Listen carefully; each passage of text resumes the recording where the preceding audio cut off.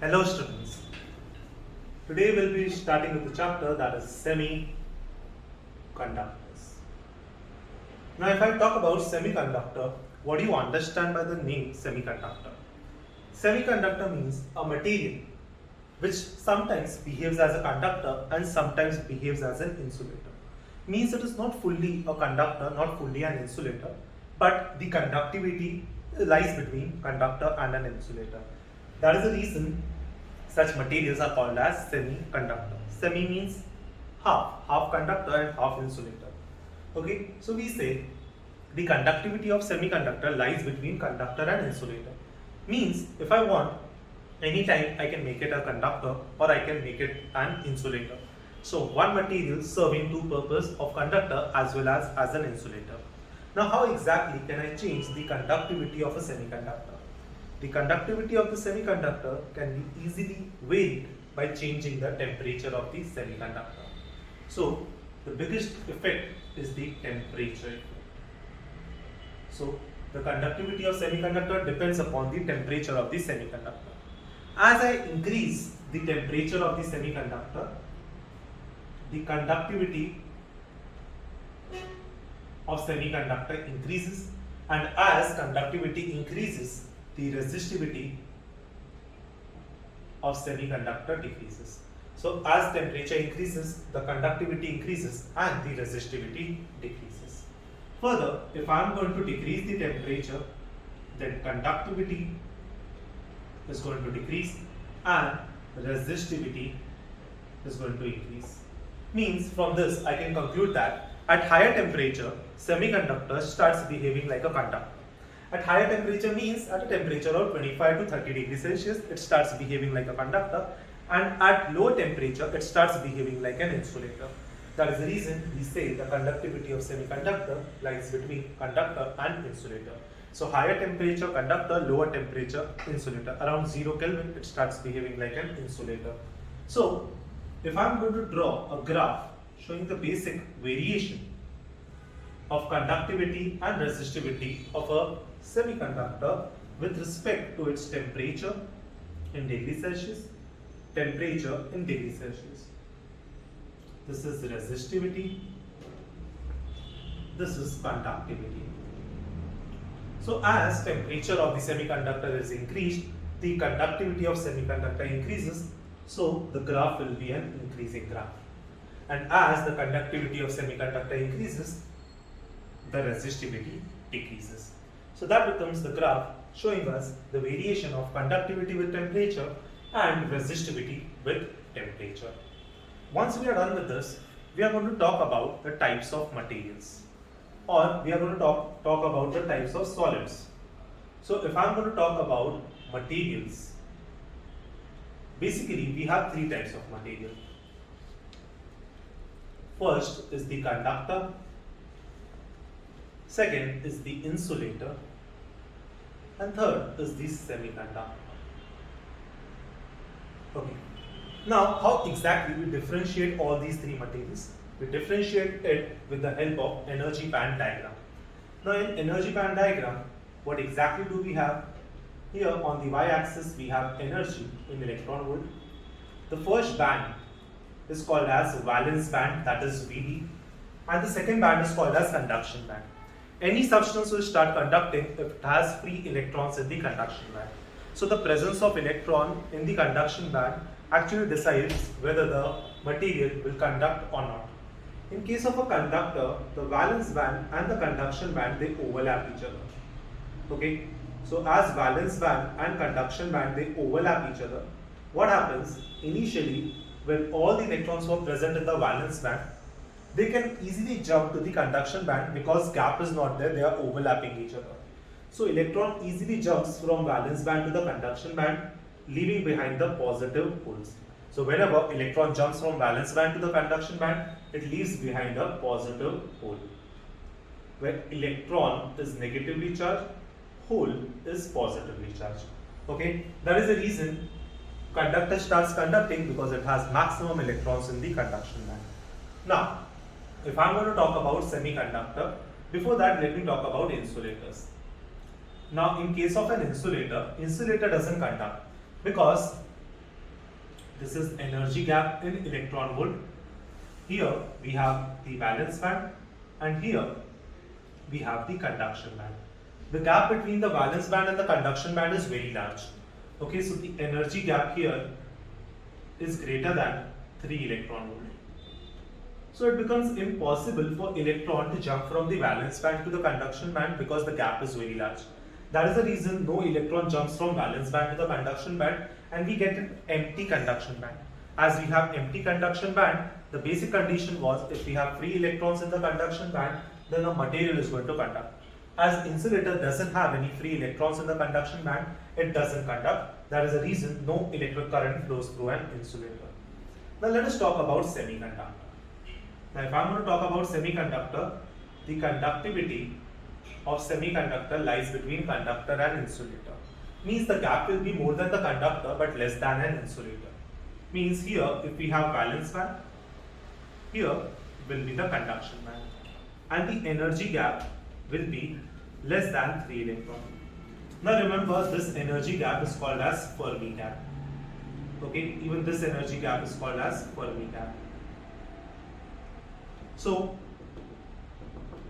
if I increase the temperature, electron jumps from valence band to the conduction band, leaving behind the positive holes.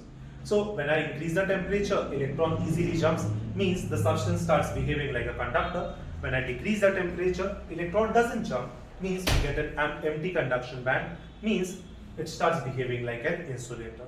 So like this manner, we differentiate conductor, insulators and semiconductors. Now once we are done with this, let us talk about types of semiconductors.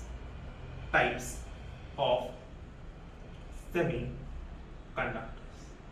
If I am going to classify semiconductors, there will be 2 types of semiconductors.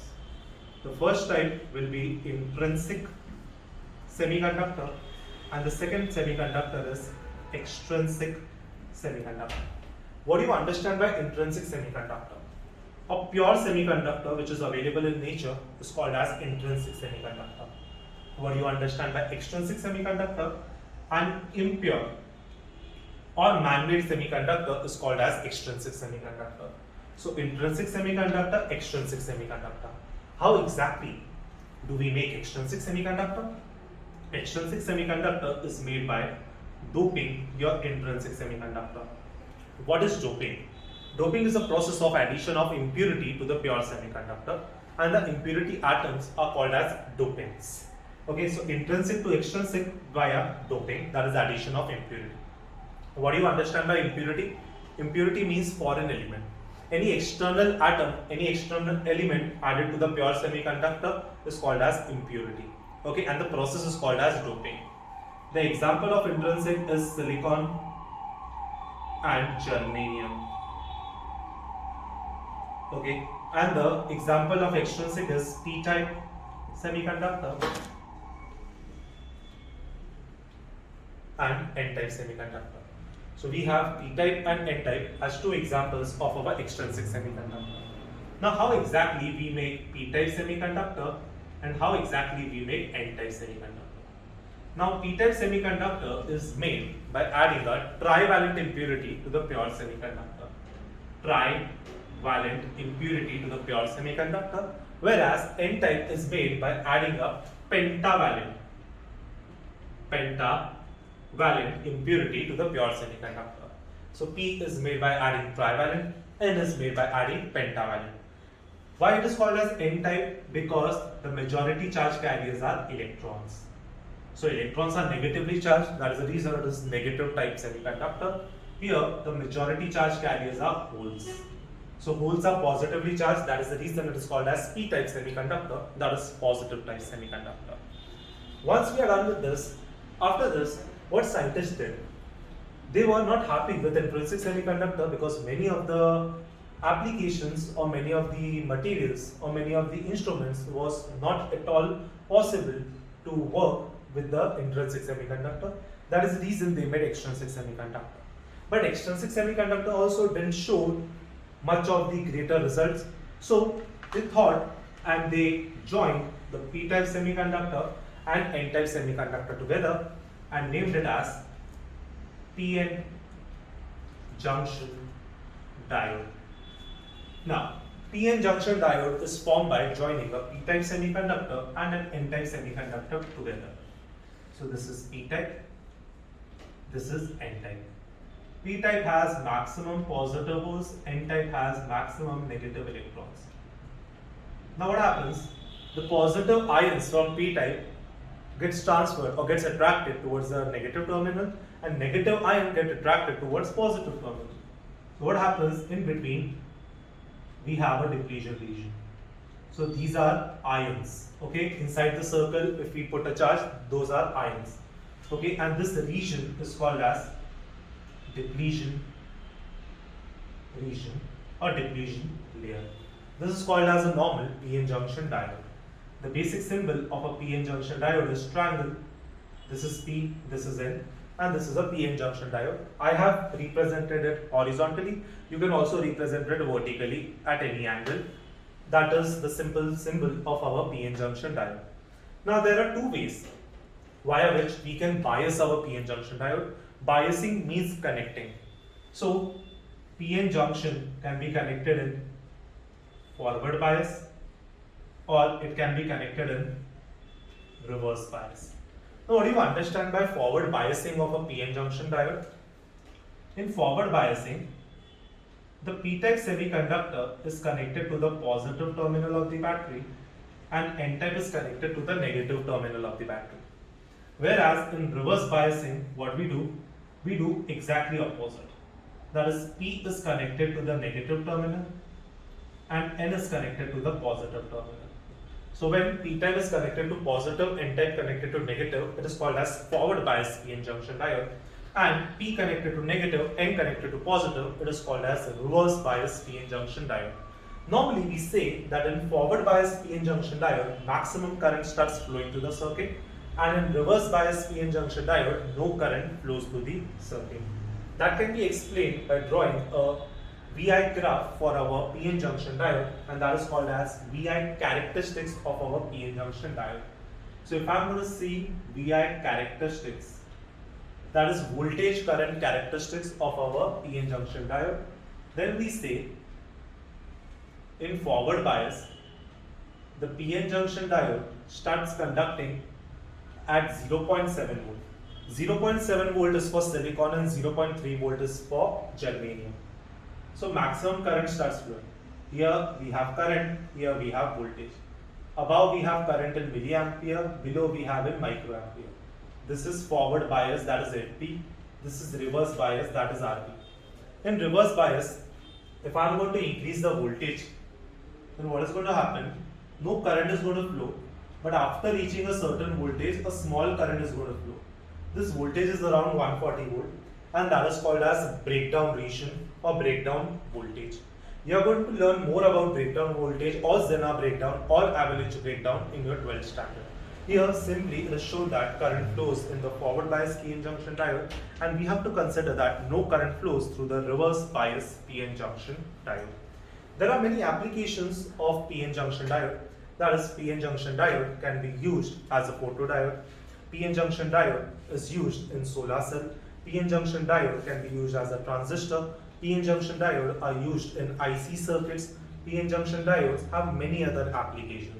We are going to elaborate more on PN junction diode in your 12th standard semiconductor. Okay. Now, once we are done with this, we have a single formula related to the chapter, that is semiconductor. And the formula is Ni square. Now, what is Ni? Ni is electron hole pair. Ni square is equals to Ne into Nh. What is Ne? Ne is the number of electrons, Nh is the number of holes. So the entire semiconductor is based on the basic formula Ni square is equals to Ne into Nh, where Ni is electron hole combination, Ne is number of electron, Nh is number of holes. So that becomes the entire thing related to the chapter, that is semiconductor.